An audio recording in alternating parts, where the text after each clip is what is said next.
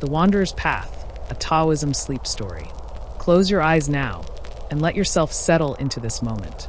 Feel the weight of your body against the surface beneath you. Notice how your breath flows in and out, naturally, effortlessly, like water finding its way downhill. There is nowhere you need to be, nothing you need to do. Just listen and let the story carry you gently towards sleep.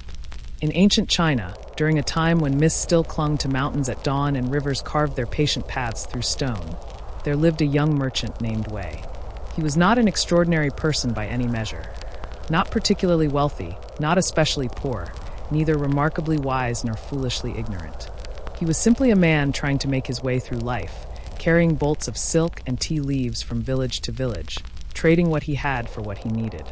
But Wei carried something else with him, something heavier than any bundle of goods. He carried worry. It followed him like a shadow, whispering constantly in his ear. What if the bridge is washed out? What if bandits wait on the road? What if I cannot sell these goods? What if I fail? The worry never rested, and neither could Wei. His shoulders were always tense, hunched forward as if bracing against an invisible storm. His jaw clenched even in sleep. What little sleep he managed to find. Lines had begun to etch themselves across his forehead, deeper with each passing season, though he was still young. His friends in the villages noticed how he never seemed to truly smile anymore, how his laughter, when it came, sounded forced and hollow. One autumn evening, as golden leaves drifted lazily from the trees and the air carried the first cool promise of winter, Wei found himself on a road he had never traveled before. He had taken a wrong turn somewhere, his mind too occupied with calculations and concerns to notice the fork in the path. Now, as twilight deepened into dusk, he realized he was lost. Take a slow breath now, just like Wei did in that moment. Feel how the air fills your lungs, cool and fresh. Feel how your body releases tension as you exhale. There is no hurry in this story, no rush. Everything unfolds in its own time. The road Wei walked was narrow, barely more than a trail, winding through a forest of bamboo that swayed and whispered in the evening breeze. The sound was almost like music, a gentle rustling that seemed to speak a language Wei had forgotten he once knew. Overhead, the first stars were beginning to appear, pinpricks of light in the deepening blue. Wei's worry grew louder. Where will I sleep? What if there are wild animals? What if I never find my way back? But his feet kept moving forward, because that was all he knew to do. Keep moving, keep trying, keep controlling. Then, around a bend in the path, Wei saw light. Warm, gentle light spilling from the windows of a small dwelling nestled against the hillside. It was a simple structure, built with weathered wood that seemed to have grown from the earth itself, rather than being imposed upon it. Smoke rose from a chimney, carrying the scent of burning cedar. A garden surrounded the house, though in the fading light Wei could only make out the shapes of vegetables and herbs, arranged not in rigid rows but in natural, flowing curves. Relief flooded through Wei's chest. He hurried toward the house, his bundles bouncing against his back. As he approached, the door opened, and an old man stepped out onto the wooden porch. The man was ancient, his face creased with countless wrinkles like dried riverbed. His beard was long and white, flowing down past his chest. But his eyes were remarkably young, clear, and bright, holding a depth that seemed to reflect the stars themselves.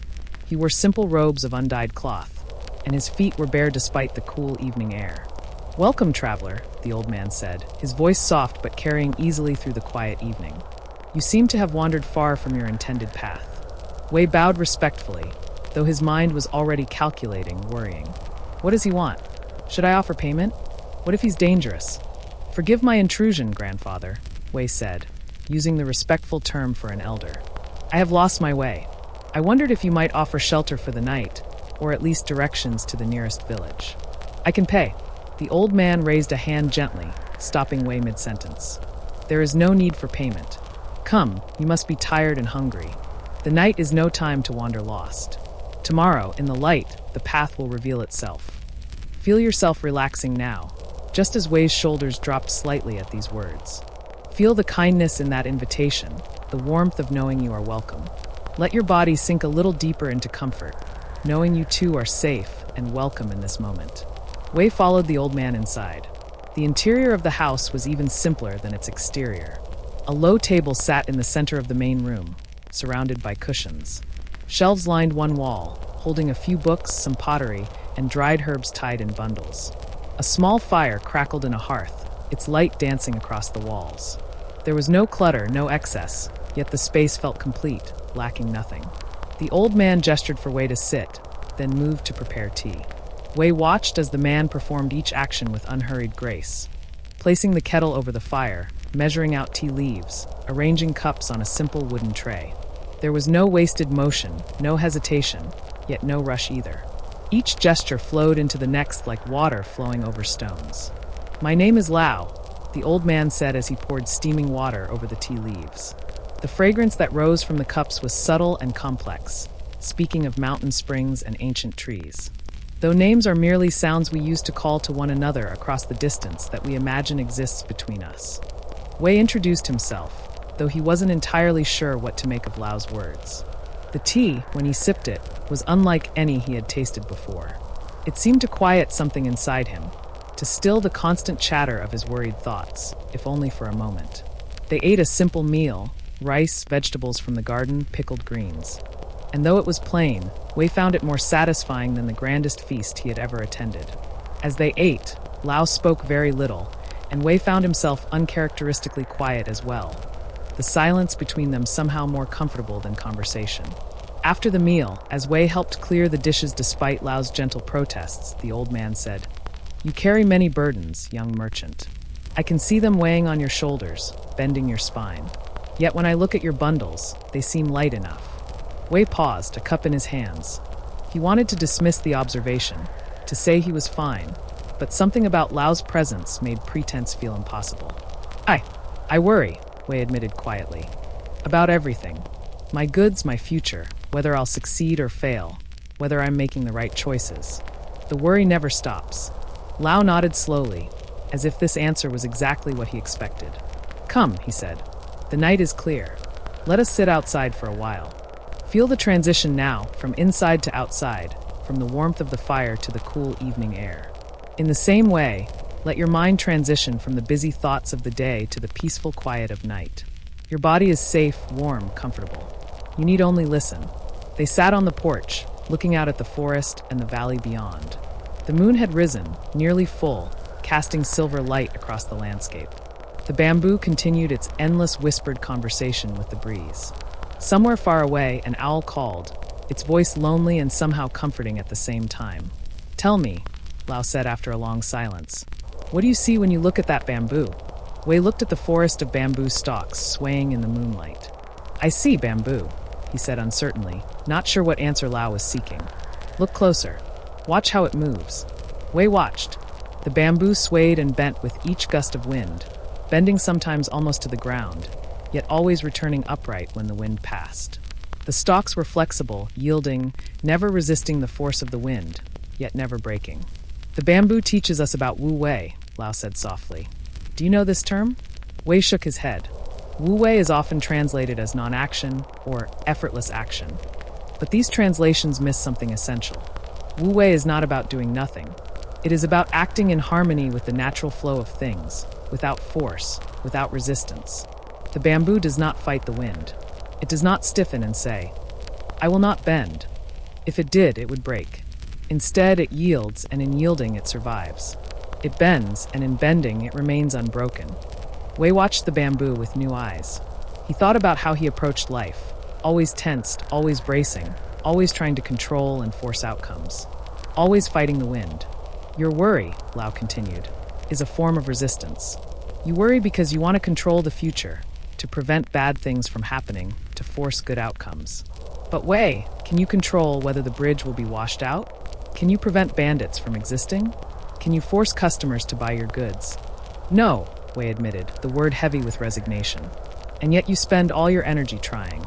You exhaust yourself fighting winds you cannot stop. What if instead you learn to bend? What if you learn to respond to each moment as it comes, without forcing, without resisting? Like the bamboo, let your body be flexible now. Release any tension you're holding. Let your shoulders soften, your jaw unclench, your fingers unfurl. There is no need to hold on so tightly. You can let go, and you will not break. You will not fall. You are supported." Wei sat in silence, processing these words. They resonated with something deep inside him, but his mind, trained for so many years in worry and control, immediately began to object.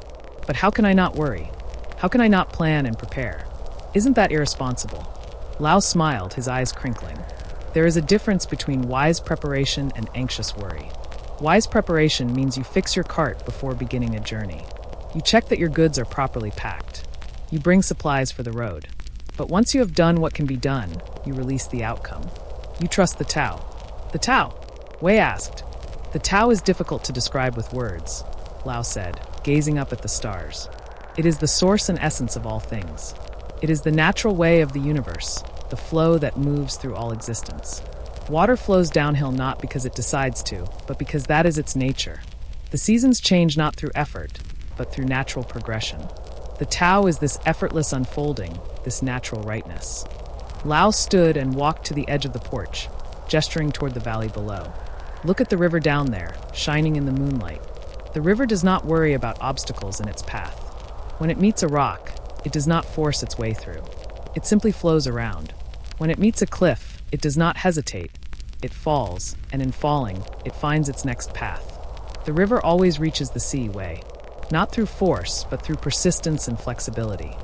Wei came to stand beside Lao, looking at the silver ribbon of river winding through the dark valley. He tried to imagine living like that, flowing around obstacles rather than fighting them, accepting each moment rather than resisting it. Come, Lao said. You must be tired. Let me show you where you can sleep.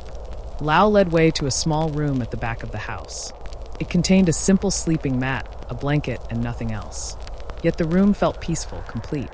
Through the window, Wei could see the moon and hear the gentle sound of the bamboo forest. Rest well, young merchant, Lao said from the doorway. Tomorrow I will show you more. But for now, sleep. Let go of your burdens for a few hours. They will still be there in the morning if you truly wish to pick them up again. And now, like Wei, you too can let go. Let your burdens rest for the night. They will wait for you if you need them in the morning. But for now, for this peaceful moment, you can simply be. Breathe slowly. Feel your body becoming heavier, more relaxed with each breath. Wei lay down on the mat, expecting that his mind would race as it always did, running through lists and worries and plans. But something about this place, about Lao's presence, about the gentle sounds of the night, allowed his thoughts to slow. He found himself listening to the bamboo, to the distant river, to his own breath moving in and out. He slept, and his sleep was deeper than it had been in years. When Wei woke, sunlight was streaming through the window, warm and golden. For a moment, he felt disoriented. He couldn't remember the last time he had slept past dawn. His body felt different, looser, as if some of the perpetual tension had dissolved in the night. He found Lao in the garden, tending to the vegetables with the same unhurried grace he brought to every action. The old man smiled when he saw Wei approaching. Good morning. Did you sleep well? Better than I have in months, Wei admitted. Perhaps years. Good.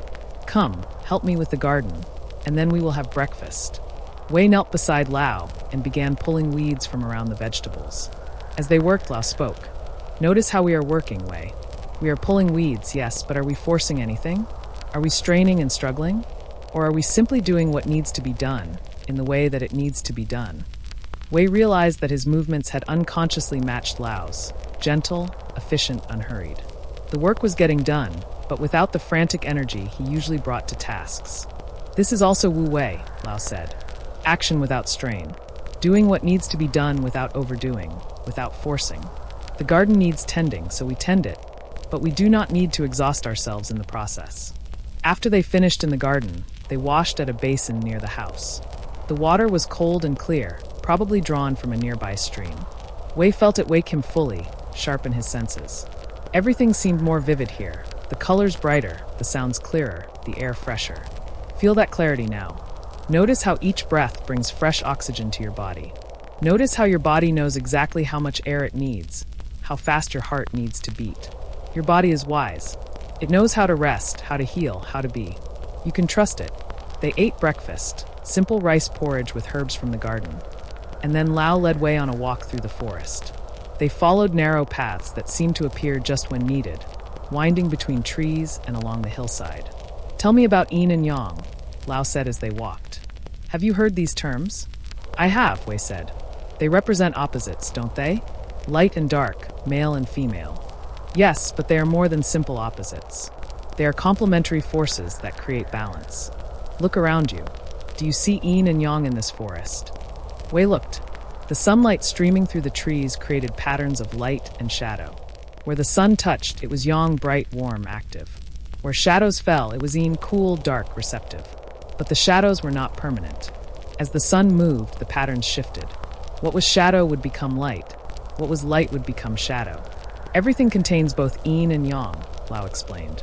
Nothing is purely one or the other. Even in the brightest light, there are small shadows. Even in the deepest shadow, there is some light. They dance together, transform into each other, create balance. They came to a clearing where a stream flowed over rocks, creating a small pool before continuing down the hillside. Lao sat on a large stone beside the water, and Wei joined him.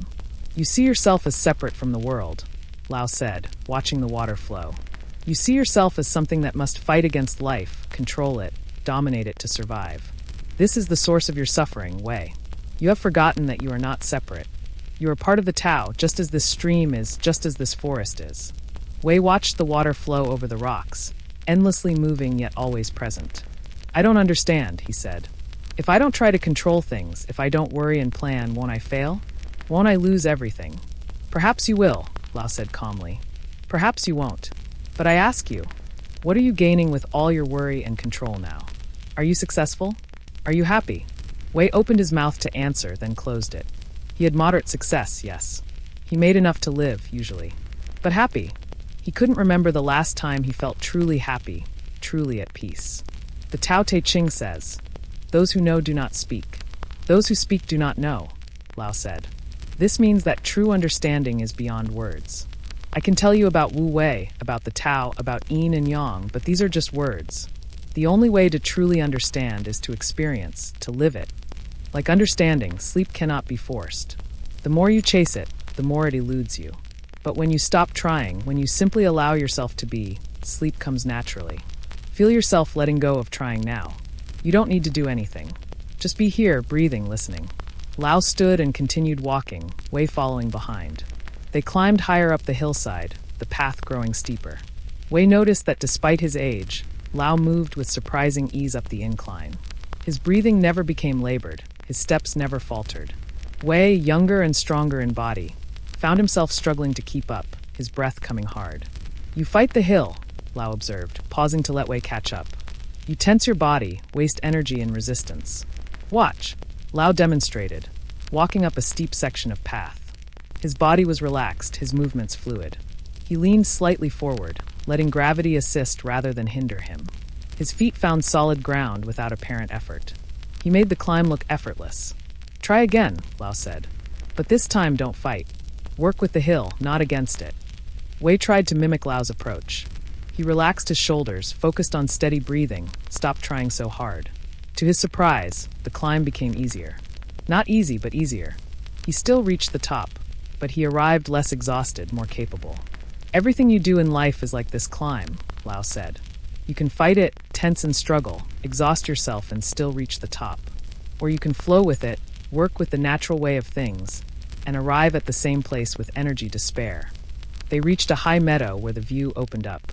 Below them spread the valley, a patchwork of forests and fields, rivers and villages.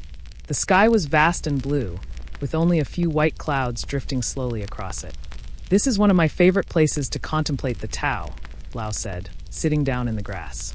From here, you can see how everything is connected, how everything flows into everything else. The rain falls on the mountain, becoming streams that feed the river, which waters the fields, which provide food for the people in the villages. The people work the fields, which enriches the soil, which feeds the trees, which release water vapor, which becomes clouds, which bring rain. It is all one great cycle, one great flow. Wei sat beside him, looking out at the view. He tried to see it as Lao described, not as separate things, but as one interconnected whole. It was difficult. His mind wanted to categorize, separate, distinguish. This is a forest. That is a field. Here is a river. There is a village. Your mind is like muddy water, Lao said, as if reading Wei's thoughts. Constantly churning, stirring up sediment, making it impossible to see clearly. Do you know what makes muddy water become clear? Wei shook his head. Nothing. You do nothing. You let it be still. When water is left alone, undisturbed, the sediment settles naturally to the bottom, and the water becomes clear. Your mind is the same. All your worrying, planning, controlling, this stirs up the sediment. But if you can learn to be still, to not constantly churn your thoughts, your mind will become clear on its own. Feel that stillness now. Your mind may have thoughts drifting through it like those clouds across the sky, and that's perfectly natural. You don't need to chase them away or cling to them. Just let them drift like clouds while you remain still, like the sky itself. They sat in silence for a long time. Wei found his mind gradually quieting, the constant stream of worries and calculations slowing to a trickle. He began to notice things he normally would have missed. The patterns of insects moving through the grass, the way the wind created waves across the meadow, the distant sound of a bird singing its afternoon song. This is meditation, Lao said softly.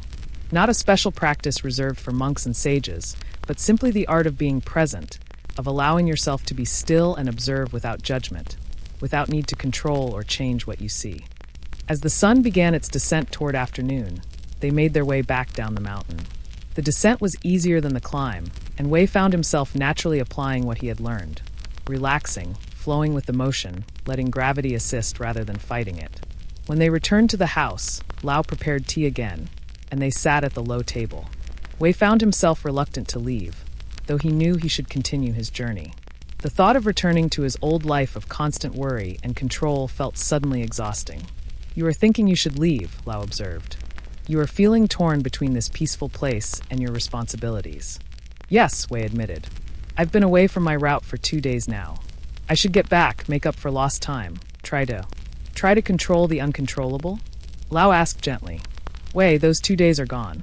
You cannot get them back, no matter how much you worry or how hard you work. They have already flowed past, like water under a bridge. You can only be present for this moment, this day. Tomorrow will be tomorrow. You cannot live it in advance. Wei sipped his tea, feeling the truth of these words even as his habitual worry tried to resist them. Let me tell you about humility, Lao said. In the Tao Te Ching it is written, the highest good is like water. Water gives life to all things and does not compete with them. It flows to the lowest place that others disdain. In this, it is like the Tao. Do you understand what this means? Wei thought about it. Water is humble? It goes to the low places. Yes, water does not try to be superior. It does not fight to be on top. It naturally flows to the lowest place, and from that lowest place, it nourishes all life. The greatest rivers come from the smallest streams, which come from the tiniest drops of rain that fell to the earth rather than trying to remain in the clouds. Lao poured more tea, the golden liquid flowing effortlessly from the pot to the cup. In your life, Wei, you try so hard to be successful, to rise above others, to prove your worth. But what if true success, true peace, comes from being like water? From being humble, flexible, willing to flow to the low places, to serve rather than dominate. Let yourself flow now, like water, to the low place of rest. Don't try to rise up, to stay alert, to hold on. Let yourself sink down deeper, softer, into the support beneath you. Water doesn't fear the depths. It knows that in the depths there is peace.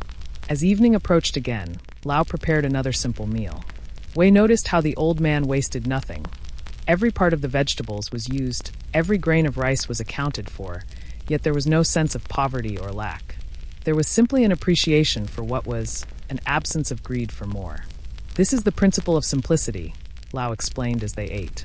In the Tao Te Ching, it is written, manifest plainness, embrace simplicity, reduce selfishness, have few desires. Modern life convinces people they need more and more possessions, more status, more recognition. But each addition becomes another burden, another thing to worry about, protect, maintain. True wealth is in needing less, not having more. Wei looked around Lao's simple home, seeing it with new eyes. There was nothing unnecessary here, yet nothing was lacking. Every object served a purpose. There was no clutter, no excess, yet the space felt abundant rather than sparse. When you carry less, Lao continued, you can move more freely. This is true both literally and metaphorically. Think of your life, Wei. What are you carrying that you don't need? What burdens have you accumulated that serve no purpose except to weigh you down? Wei thought about the bundles he carried. Not just his goods, but his worries, his need for approval, his constant comparison of himself to others, his regrets about the past, his anxieties about the future. He had been carrying so much for so long that he had forgotten it was possible to put some of it down. After dinner, they sat outside again. The moon was one day fuller than the night before, casting even more silver light across the landscape. The autumn air had grown cooler, carrying the scent of dried leaves and approaching winter. "There is something I want to show you," Lao said, standing. "Come." He led Wei to a small structure behind the house that Wei hadn't noticed before, a kind of open shelter with a roof but no walls, containing what looked like a meditation space. Inside were cushions arranged in a circle around a small sand garden, meticulously raked into patterns that suggested flowing water. "Sit," Lao instructed, gesturing to one of the cushions. Wei sat, and Lao sat across from him. The old man's eyes closed, his breathing became slow and deep, and a profound stillness seemed to settle over him. Wei tried to imitate this, closing his own eyes, focusing on his breath. At first, his mind raced as usual. Thoughts of his journey, his goods, his customers, his competitors, his failures, his hopes, his fears. But gradually, following Lao's earlier instruction, he stopped trying to control the thoughts. He just watched them, like clouds passing across the sky of his mind. And slowly, the gaps between thoughts grew longer. Moments of pure stillness began to emerge. This is what you can feel now. Thoughts may come and go, but there is a deeper stillness beneath them. Like the ocean's surface may have waves, but far below is calm, unchanging depth. Let yourself sink down into that depth now. Let the surface thoughts roll and wave as they will, but you can rest in the deep, still water below. How long they sat there, Wei couldn't say. Time seemed to behave differently in that stillness, both stretching endlessly and passing in an instant. When Lao finally stirred and opened his eyes, Wei felt as though he had been somewhere else, somewhere beyond the confines of his usual worried mind. "What you experienced just now," Lao said softly, "is a taste of inner peace. This is available to you always, Wei, in any moment. You don't need to come to a special place or sit in a special way. You need only remember to stop stirring the mud, to stop resisting the flow, to stop trying to control what cannot be controlled." They walked back to the house in silence, and this time Wei felt no need to fill the quiet with words. The silence itself felt full, complete. That night, as Wei lay on his mat preparing for sleep, Lao came to the doorway one last time. "Tomorrow you will leave," the old man said. "You will return to your life as a merchant. But you don't have to return to your old ways of worry and struggle. You can choose, in each moment, to practice what you've learned here. Wu Wei, effortless action. Following the Tao, flowing with life rather than fighting it. Cultivating inner peace, letting the mud settle." "How do I remember?" Wei asked. "How do I keep from falling back into my old patterns?" "Start small," Lao advised. "When you notice yourself worrying about something you cannot control, pause. Breathe. Ask yourself, is this muddy water I'm stirring? Am I fighting the wind like rigid wood instead of bending like bamboo?" Don't judge yourself when you slip back into old patterns. That judgment is just more mud stirred up. Simply notice and choose again. Lao paused, then added, "And remember, change happens like the seasons. It doesn't happen all at once. Spring doesn't become summer in a single day. Be patient with yourself. Trust the process. Trust the Tao. Yes, trust the process. Your body already knows how to sleep. You don't have to force it or make it happen. Just like the seasons change without effort, just like the river flows without pushing, sleep will come in its own time. You are safe. You are supported. You can let go now." Wei felt tears prick his eyes, though he couldn't have said exactly why. Perhaps it was relief at finally feeling understood, at being given permission to stop fighting so hard. Perhaps it was grief for all the years he had spent in constant struggle. Perhaps it was hope that a different way of living was truly possible. "Thank you," he whispered. Lao nodded, smiled his gentle smile, and left Wei to sleep. Wei woke before dawn the next morning, but instead of his usual anxious urgency, he found himself lying still, listening to the pre-dawn sounds, distant bird calls beginning their morning chorus, the whisper of wind through bamboo, the subtle shift of the house settling into a new day. He rose slowly, savoring each movement, and went outside. The sky was just beginning to lighten in the east, deep blue fading to pale gray, with the first hints of pink and gold at the horizon. He found Lao already awake, standing at the edge of the garden, watching the sunrise. "You're learning," Lao observed. "Yesterday morning you would have rushed out, worried about losing time, anxious to begin traveling. This morning, you move like water, steady but not rushed." They watched the sunrise together in silence. Wei noticed details he normally would have missed. how the light changed color moment by moment, how it touched first the highest peaks and then gradually spread down into the valleys, how the whole world seemed to come alive and awaken with the growing light. Notice your own awakening now, gentle and gradual. There's no need to rush toward full alertness. Like the sunrise, your awakening can be slow, beautiful, savoring each moment of transition from sleep to waking, from darkness to light. After a simple breakfast, Wei gathered his belongings. His bundles seemed lighter somehow, though nothing had been removed from them. Perhaps the difference was in how he carried them, with less tension in his shoulders, less resistance in his posture. As he prepared to leave, Lao handed him a small package wrapped in cloth. "Tea," the old man explained. "From my garden. When you drink it, remember what you learned here." Wei accepted the package gratefully, bowing deeply. "I don't know how to thank you properly. You've given me more than shelter. You've shown me a different way of being." "Then live it," Lao said simply. "That is thanks enough. Share what you've learned, not with words necessarily, but with your presence. Let your peace be contagious. When others see you flowing instead of fighting, bending instead of breaking, some will recognize what you've found and seek it themselves." Wei bowed again, then turned to go. But after a few steps, he turned back. "Lao, will I see you again?" The old man smiled enigmatically. "Perhaps. Perhaps not.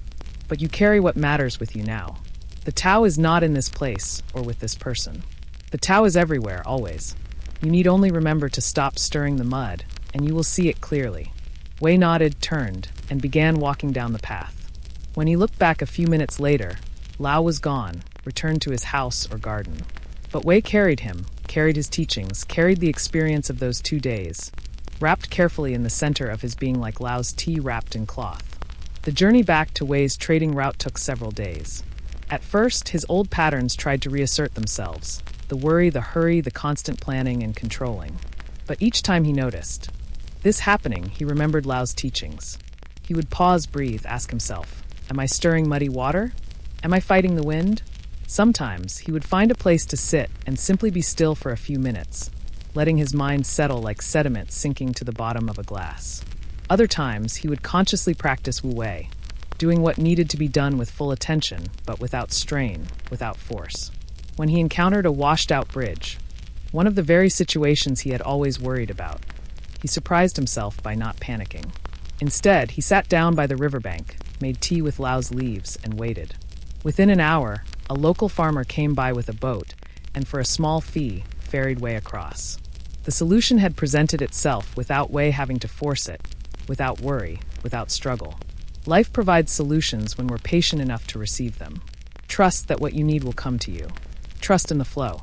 Like Wei by the river, you can wait peacefully, knowing that the right path will reveal itself in time. When he reached his first trading village, Wei's friends barely recognized him. "What happened to you?" one merchant asked. "You look different. Younger somehow. Did you find some magic tonic on your journey?" Wei smiled, remembering Lao's teaching about humility and simplicity. "No tonic," he said. "Just tea and good rest." But his friend was right. Something had changed. The lines on Wei's forehead seemed less deep. His shoulders sat differently, no longer hunched in perpetual defense. His eyes held a calmness that hadn't been there before. As Wei resumed his trading, he began to practice what Lao had taught him. When negotiations became tense, he remembered the bamboo bending in the wind. Instead of pushing harder, he yielded, found compromise, let conversations flow naturally. Surprisingly, he found that he made more successful deals this way, not fewer. When customers hesitated or haggled, he didn't grip tighter or worry about losing the sale. He let things unfold. If they bought, they bought. If they didn't, they didn't. Either way, he remained at peace. And paradoxically, this detachment made people trust him more, want to do business with him more. One evening, as he sat in an inn preparing his tea, a young merchant approached him. The young man was clearly stressed, his face tight with worry, his movements jerky and anxious. "Forgive me," the young merchant said, "but I couldn't help noticing how calm you seem. I'm new to this trade, and I'm terrified. Terrified I'll fail, lose everything, disappoint my family. How do you manage the worry?" Wei gestured for the young man to sit. He poured tea for both of them, moving slowly, deliberately, the way Lao had taught him. "I understand your fear," Wei said. "Not long ago, I carried the same burden. Let me tell you what an old teacher once showed me." And Wei told him about the bamboo bending in the wind. about muddy water becoming clear when left undisturbed, about Wu Wei, the art of effortless action. He didn't claim to be a master. He was still learning himself, still catching himself stirring up mud, still finding himself rigid when he should bend. But he shared what he knew. The young merchant listened intently, and when Wei finished, his face had softened somewhat. "Thank you," he said. "I'll try to remember that. About the bamboo. You too can remember the bamboo now. Let your body be flexible, soft, yielding. There's no need to hold yourself rigid. You can bend, you can flow, you can surrender to the natural rhythms of rest. Feel yourself swaying gently, like bamboo in a breeze, settling deeper into peace."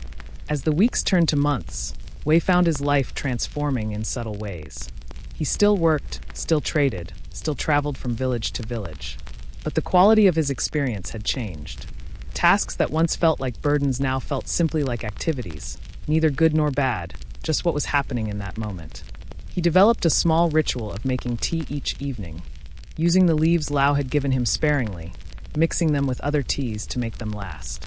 Each time he prepared the tea, he remembered Lao's movements, the unhurried grace, the presence in each simple action.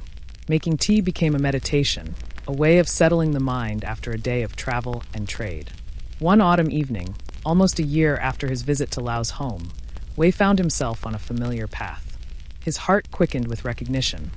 This was the trail where he had gotten lost, where he had first seen the light from Lao's windows. Without conscious decision, Wei found his feet carrying him in that direction. He wanted to see Lao again, to thank him properly, to tell him how the teachings had changed his life. The path wound through the bamboo forest, just as it had before. The stalks swayed and whispered in the evening breeze, their song eternal and comforting. As Wei walked, he noticed how different he felt from that anxious, worried man who had stumbled down this path a year ago. He rounded the familiar bend, expecting to see the warm light spilling from Lao's windows. But what he found instead made him stop in his tracks. The house was gone. Where Lao's simple dwelling had stood, there was only an empty clearing. No sign of the structure, no remnants of the garden, nothing to indicate that anyone had ever lived there. The only thing that remained was the meditation shelter behind where the house had been, its roof still intact, cushions still arranged around the sand garden. Wei stood in confusion, his mind trying to make sense of what he was seeing. Had he taken a wrong turn? Was this a different clearing? But no, he recognized the placement of trees, the shape of the land, the view down into the valley. He walked into the clearing, his footsteps quiet on the grass.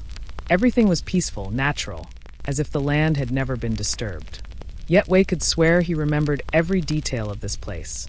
Where the porch had been, where the garden had grown, where he had sat with Lao watching the moonlight.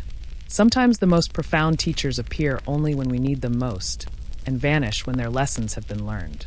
But the wisdom they impart remains, growing deeper within us like seeds planted in fertile soil. Wei walked to the meditation shelter and sat on one of the cushions. The sand garden was still perfectly raked, its patterns suggesting flowing water, just as it had been. He closed his eyes and tried to feel Lao's presence, but there was only silence and the whisper of bamboo.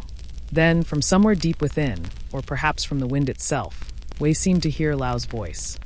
"The Tao is not in this place or with this person. The Tao is everywhere, always." Wei smiled, understanding finally. Whether Lao had been a real old man living in a real house, or a spirit, or simply a manifestation of the Tao itself appearing when Wei needed it most, didn't matter. The teachings were real. The transformation was real. The peace he had found was real. He sat there in meditation as the sun set and the stars emerged, letting his mind settle like muddy water, feeling the Tao flowing through everything, including himself. Wei continued his life as a merchant, but he was no longer merely a merchant. He had become a student of the Tao, practicing its principles in every interaction, every decision, every moment. He kept the meditation practice Lao had shown him, finding time each day to sit in stillness, to let the sediment of his thoughts settle. Sometimes it was easy, his mind becoming clear and spacious. Other times, his thoughts churned and worried, and he would remember Lao's teaching about accepting change, about not resisting what is. He practiced Wu Wei in his work, acting when action was needed but not forcing outcomes, responding to situations as they arose rather than trying to control everything in advance. He found that life flowed more smoothly this way, that opportunities appeared naturally when he stopped trying to manufacture them. He practiced humility, remembering that he was like water, finding strength in flowing to the low places, in serving others rather than dominating them. When other merchants boasted and competed aggressively, Wei remained quiet, steady, reliable. And gradually, he found that customers sought him out specifically, trusting his calm presence and fair dealings. He practiced simplicity, gradually reducing the possessions he carried, the desires he pursued, the complications he added to his life. With less to worry about protecting and maintaining, he found more energy for simply being present, for noticing the beauty in ordinary moments. One winter day, several years after his encounter with Lao, Wei was walking through a mountain pass when he encountered a group of travelers struggling through deep snow. They were a wealthy family, their wagon loaded with possessions, their fine clothes now soaked and muddy. The father was berating their servant for choosing this route, his voice sharp with frustration and fear. Wei approached quietly. "May I offer assistance?" he asked. The father turned to him irritably. "Unless you can make this snow disappear and this wagon lighter, I don't see how you can help. We're going to be trapped here, freeze to death probably, and it's all because—" "The snow will not disappear," Wei said calmly, "and the wagon will not become lighter. But perhaps we can work with what is, rather than resisting it." Something in Wei's voice, calm, assured, peaceful, made the father stop his tirade. Over the next hour, Wei showed them how to redistribute the wagon's load, how to use the snow itself for traction, how to move with the terrain rather than fighting it. He shared his simple meal with them, made tea over a small fire, and spoke quietly about accepting what cannot be changed while skillfully working with what can be. By the time they reached the far side of the pass, the wealthy man's demeanor had completely changed. "You've saved us," he said gratefully. "Not just from the snow, but from my own foolish resistance. How can I repay you?" "There is no debt," Wei said, remembering Lao's words from years ago. "Share what you've learned. When you see others struggling against what cannot be changed, perhaps you can help them find a better way. Feel yourself working with your present condition now, not fighting it. If sleep comes quickly, let it come. If sleep comes slowly, let it come slowly. Either way is perfect. Either way, you are exactly where you need to be." As Wei grew older, he found that people began seeking him out not just for his goods, but for his presence, his wisdom, his peace. Young merchants asked him for advice. Troubled souls sought his counsel. He never claimed to be a teacher. He was simply a merchant who had learned a few things about not stirring up muddy water. He would tell them about Lao, about the bamboo and the river, about Wu Wei and the Tao. Some understood immediately, their faces lighting up with recognition. Others looked confused, unable to grasp concepts so simple yet so profound. Wei never pushed, never insisted. He simply offered what he had learned, like water offered to the thirsty, freely given and freely refused. One spring evening, Wei found himself again on the road through the bamboo forest. He was much older now, his beard touched with gray, his body moving more slowly but still with the fluid grace he had learned from Lao. He made camp in the clearing where Lao's house had once stood, building a small fire, preparing his simple meal. As he sat eating his rice and vegetables, watching the stars emerge in the darkening sky, he felt a profound contentment. His life had not been easy. There had been hardships, losses, disappointments. But he had learned to meet them with flexibility rather than rigidity, acceptance rather than resistance, presence rather than worry. The bamboo swayed and whispered around him, and Wei smiled, remembering the first time he had truly seen them, truly understood their teaching. He had spent years bending with the winds of life, and he had not broken. He had let his mind be still, and clarity had emerged. He had flowed like water to the low places, and he had found peace there. You too have learned to bend, to flow, to be still. Through the course of this story, you've traveled with Wei from tension to peace, from resistance to acceptance, from struggle to flow. And now, like Wei by his campfire, you can rest in the peace you've found. As Wei prepared for sleep that night, spreading his blanket on the ground in the clearing, he felt Lao's presence around him. Not as a person, but as the Tao itself, flowing through everything, the source and essence of all things. He closed his eyes, listening to the bamboo, to his own breath, to the vast silence that held all sounds within it. And he remembered something Lao had said on that last morning years ago. The Tao is everywhere, always. You need only remember to stop stirring the mud, and you will see it clearly. Wei's mind was clear now, like water that had been allowed to settle. And in that clarity, he could see the Tao, in the bamboo, in the stars, in his own breath, in the rise and fall of his chest, in the feeling of the earth beneath him, solid and supportive. He slept deeply that night, his sleep filled with dreams of flowing water and swaying bamboo, of paths that revealed themselves step by step, of teachers who appeared when needed and disappeared when their lessons were learned, of a peace that was always available, always present, always flowing like the Tao itself through all things. And now, dear traveler, your journey through this story comes to its natural end, just as all journeys do. But the teachings remain, like seeds planted in the fertile soil of your awareness. Remember the bamboo, bending in the wind, flexible and unbroken. Remember the river, flowing around obstacles, always finding its way. Remember the muddy water, becoming clear when left undisturbed. Remember Wu Wei, effortless action, doing what needs to be done without strain or force. Let your body be like the bamboo now, soft, flexible, yielding. Let your mind be like still water, clear, peaceful, reflecting the world without distortion.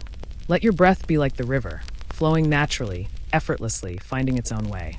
There is nowhere you need to go, nothing you need to do, no problem you need to solve. For this moment, for this peaceful night, you can simply be.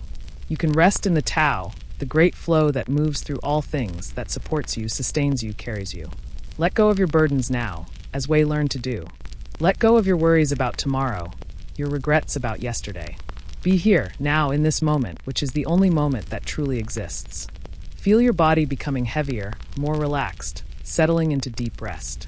Feel your thoughts becoming quieter, more spacious, like the gaps between clouds growing wider. Feel your awareness becoming softer, gentler, more diffuse, like mist spreading across a valley at dawn. You are safe. You are supported. You are exactly where you need to be. The earth holds you, the air sustains you, the Tao flows through you. You can trust this process. You can surrender to this peace. Sleep comes now like the tide coming in, naturally, inevitably, gently. You don't need to reach for it or chase it. Simply let go, and let it carry you, like a leaf floating on a quiet stream, drifting slowly toward the vast ocean of rest. The bamboo sways in the moonlight, whispering its eternal wisdom. The river flows down to the sea, patient and persistent. The stars shine overhead, constant and serene. And you, like Wei in his clearing, like Lao in his garden, like the Tao itself, rest in perfect peace. Let go now. Surrender to the flow. Sink into the depths. Sleep. The Tao is with you, always. The peace is within you, always. The rest you seek is here, now, available in this very moment. Breathe slowly. Feel your body. Let go. Sleep. Good night, traveler. May your dreams be peaceful, flowing like water, bending like bamboo, clear like settled mind. May you wake refreshed, renewed, ready to flow with another day, another moment in the great river of the Tao. Sleep now.